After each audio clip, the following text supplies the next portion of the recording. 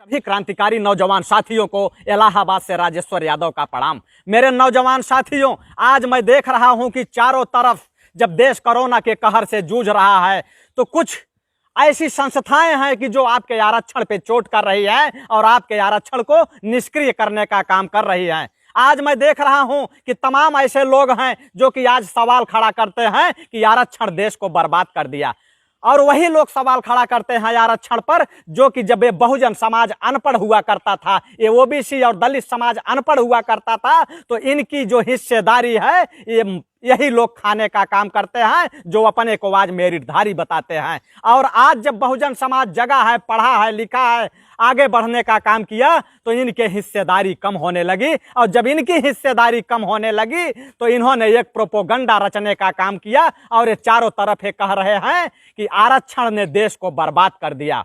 मैं इनसे पूछना चाहता हूं, मैं इनको खुला चैलेंज देता हूं कि कभी आकर के हमसे आरक्षण पर ही डिबेट कर लेना, अगर तुम्हारी मां ने तुम्हें दूध पिलाया है तो।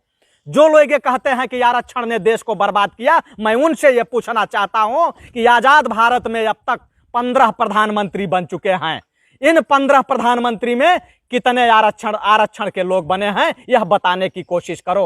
अब तक मुख्य चुनाव आयुक्त 19 मुख्य चुनाव आयुक्त बने हैं, इसमें आरक्षण वाले हैं या गैर आरक्षण वाले हैं, यह बताने का काम करो। अब तक मुख्य न्यायाधीश जो होते हैं, उन मुख्य न्यायाधीश में 47 मुख्य न्यायाधीश बने हैं, उसमें मेरिटधारी बने हैं या आरक्षणधारी बने हैं, यह बताने का काम करो। आज देश के अंदर नफरत फैलाने का काम मीडिया कर रही है, जो मेन स्ट्रीम मीडिया है। उस मेन स्ट्रीम मीडिया में तुम बता दो कि मेरिटधारी लोग बैठे हैं कि आरक्षण वाले लोग बैठे हैं। और मेरिटधारी जो अपने को बताते हैं कि हमारा तो मेरिट होता है, हम पढ़ने में बहुत आगे होते हैं, मैं उनको खुला चैलेंज देता हूं कि इनकी मेरिट जो बनती है यह पैसे के दम पर बनती है, यह पैसे के दम पे बनती है। आज जो डिग्रियां खरीदी जा रही हैं वो पैसे के दम पे खरीदी जा रही हैं। आज प्राइवेट स्कूल इसीलिए खुलवाए जा रहे हैं कि आसानी से ये मेरिट खरीद सकें और आसानी से ये डिग्री खरीद सकें। आज डिग्री खरीदने के लिए आपके पास करोड़ों रुपए हो तो आप कितना भी बड़ा से बड़ा मेरिट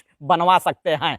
और जो लोग ये कहते हैं कि देश को बर्बाद करने में आरक्षण का हाथ है, मैं उनसे ये पूछना चाहता हूं कि किसी भी देश को बर्बाद करने में सबसे बड़ा हाथ और सबसे बड़ा योगदान वहां की अर्थव्यवस्था का होता है, लेकिन भारत की अर्थव्यवस्था को खत्म करने में सबसे बड़ा योगदान यहां के घोटालों का रहा है। और यहां के घोटालों की सूची उठा के देख लो, तुम यहां की सूची उठा के देख लो कि अब तक देश के अंदर जितने घोटाले हुए हैं बड़े बड़े, वह घोटाले करने वाले आरक्षणधारी हैं या मेरिटधारी हैं। सबसे पहला घोटाला हमारे देश में 1948 में हुआ था, जिसे जीप घोटाला के नाम से जाना जाता है। दूसरा घोटाला 1951 में हुआ था, जो साइकिल खरीद घोटाला के नाम से जाना जाता है। 1956 में हरिदास मुदड़ा घोटाला होता है। 1963 में प्रताप सिंह कौर घोटाला होता है। 1965 में पटनायक घोटाला होता है। 1974 में मारुति घोटाला होता है। 1987 में HWD घोटाला होता है। 1987 में बोफोर्स घोटाला होता है। इस घोटाले में किसका हाथ है,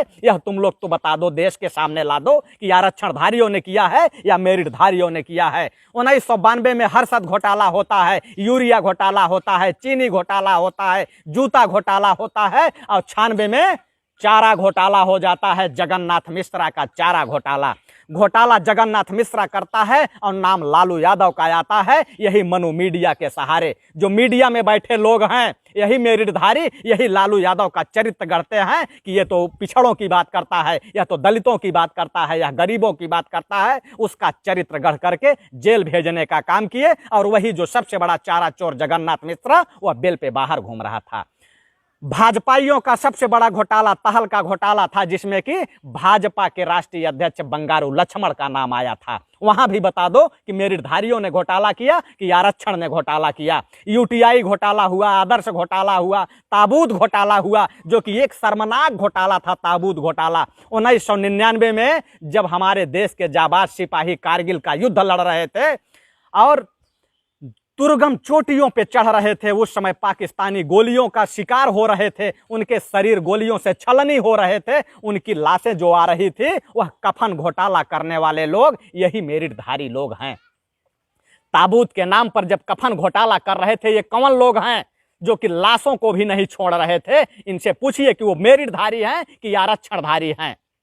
उसके बाद 2G स्पेक्ट्रम घोटाला हुआ, राफेल घोटाला हुआ, तमाम बड़े बड़े घोटाले हुए हैं। अगर उन घोटालों की सूची निकाल दिया जाए तो 3 दिन लग जाएगा पढ़ते पढ़ते कि देश को बर्बाद मेरिटधारियों ने किया है कि आरक्षणधारियों ने किया है। उसके बाद देश का पैसा लूट करके विदेश भागने वाले लोग, जिन्होंने कि बैंकों को डुबा दिया, वह चाहे ललित मोदी हो, चाहे मेहुल चौकसी हो, चाहे विजय माल्या हो, चाहे विक्रम कोठारी हो, वह जो लोग देश का पैसा लूट लूट के आज विदेशों में शटल हुए हैं, ये कौन से लोग हैं, यह भी बताने का काम करो। लेकिन मनु मीडिया नहीं दिखाएगी। यह मीडिया इसलिए नहीं दिखाएगी क्योंकि वहां जो बैठे हैं लोग वो आरक्षणधारी नहीं है। आरक्षणधारी होते तो वो देश की सच्चाई दिखाते।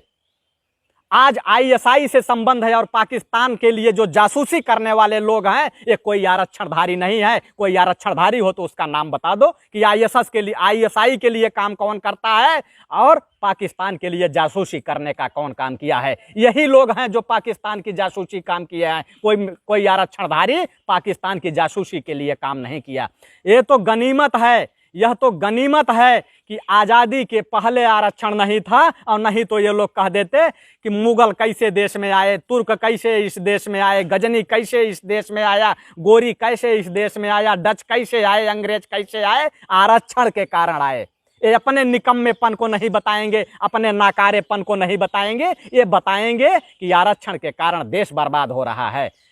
आरक्षण के कारण देश बर्बाद होने की बातें तब करने लगे जब लोग अपनी भागीदारी मांगना शुरू कर दिए कि हमें अपनी भागीदारी दे दो। तो ये भागीदारी इनको हजम नहीं हो रही है। इनको चाहिए कि ये देश का 100% हिस्सा अगर ये लोग खाते रहेंगे तब तो ठीक है। अगर आप लोग अपनी हिस्सेदारी और भागीदारी मांगोगे तो कहेंगे कि आरक्षण ने देश को बर्बाद कर दिया। मैं खुला चैलेंज करता हूं कि कोई भी आकर के आरक्षण पर मुझसे बहस कर ले कि आरक्षण ने देश को बर्बाद किया है, या एक जो खरीदारी करके मेरिट बनाते हैं और डिग्री खरीदने वाले लोगों ने देश को बर्बाद किया है, यह मैं बताने का काम करूंगा।